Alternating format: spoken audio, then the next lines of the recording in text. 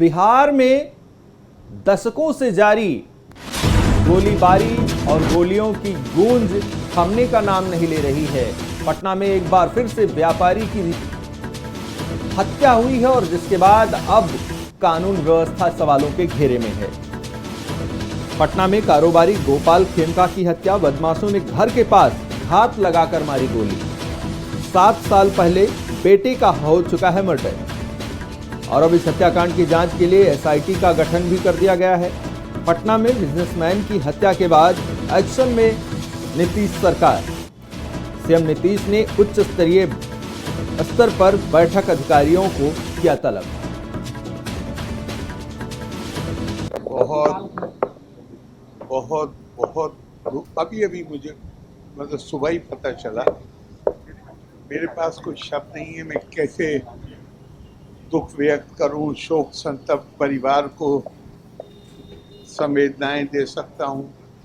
और मैं ये आशा करता हूं कि जो भी कानून के तहत कार्रवाई है वो यथाशीघ्र होगी, सख्ती के साथ होगी और ऐसी कार्रवाई होगी कि आगे ऐसे अपराध करने की हिम्मत न हो लोग किसी।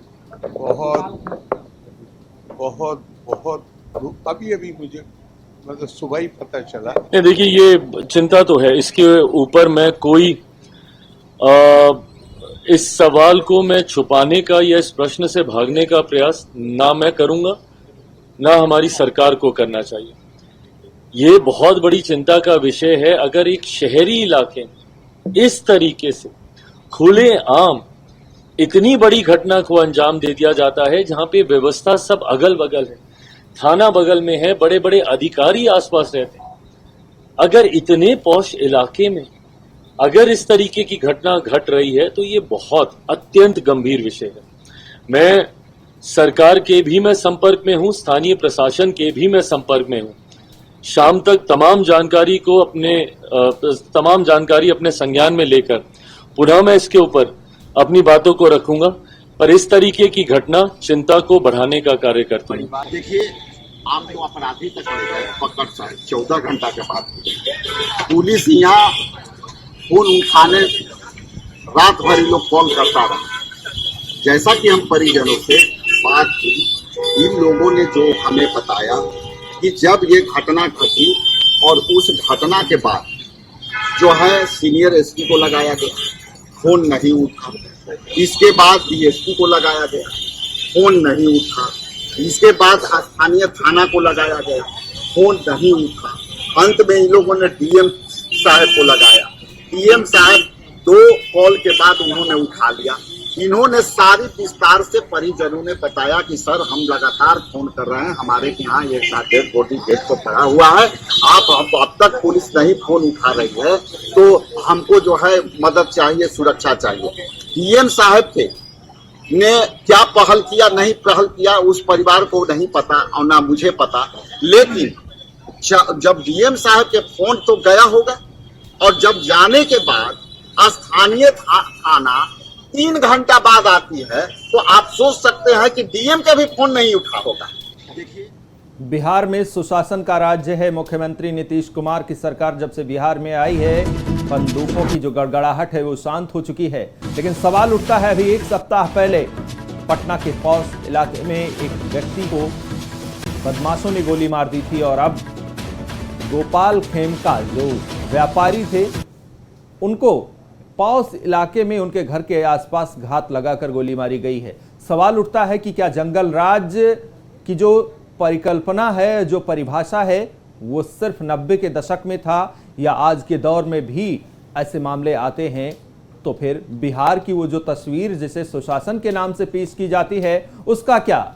और चिराग पासवान जो एक हिसाब से सरकार का हिस्सा हैं, उनकी तरफ से सवाल उठाया जा रहा है कि चप्पे चप्पे पर पुलिस तैनात है, कानून व्यवस्था सख्त है, इसके बावजूद एक व्यापारी को और पटना के पॉश इलाके में घात लगाकर गोली मार दी जाती है, तो ये कहीं ना कहीं कानून व्यवस्था पर बड़े सवाल खड़े करते हैं।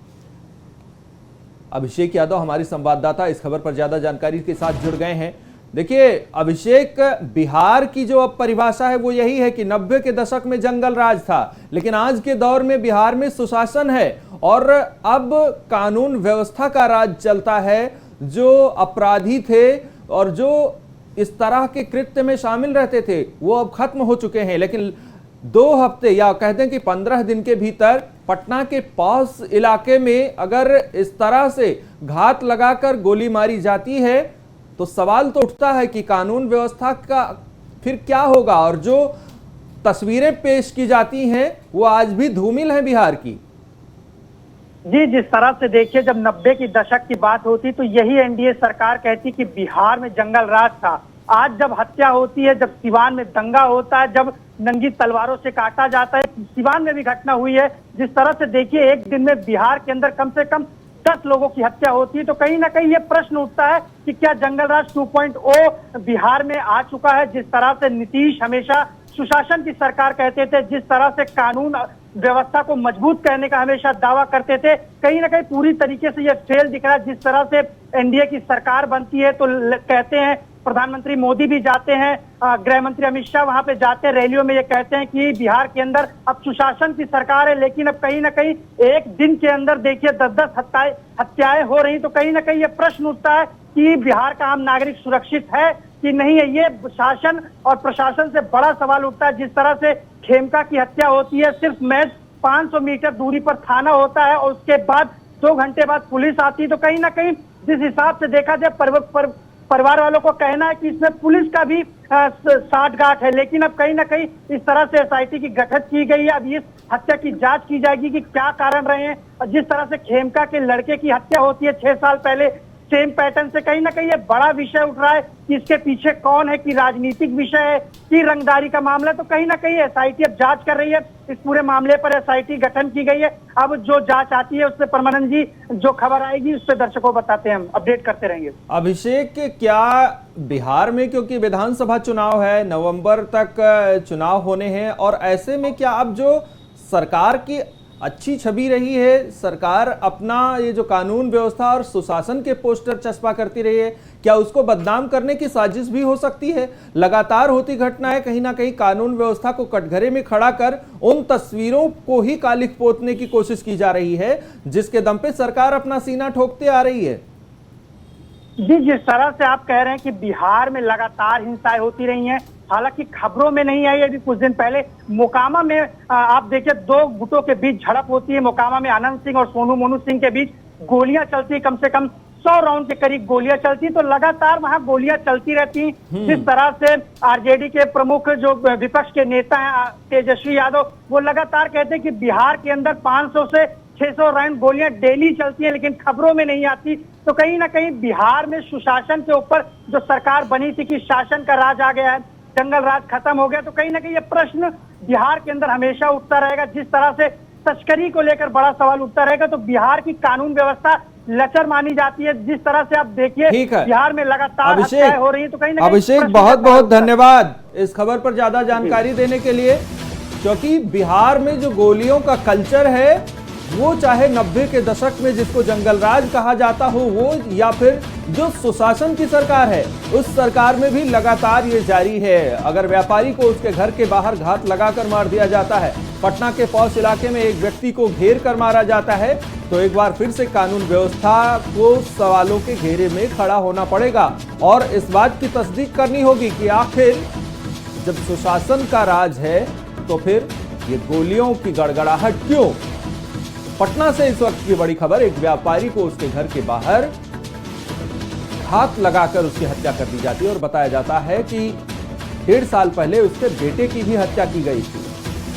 तो एक हिसाब से ये गुंडाराज की वो तस्वीर है जो कभी 90 के दशक में हुआ करती थी।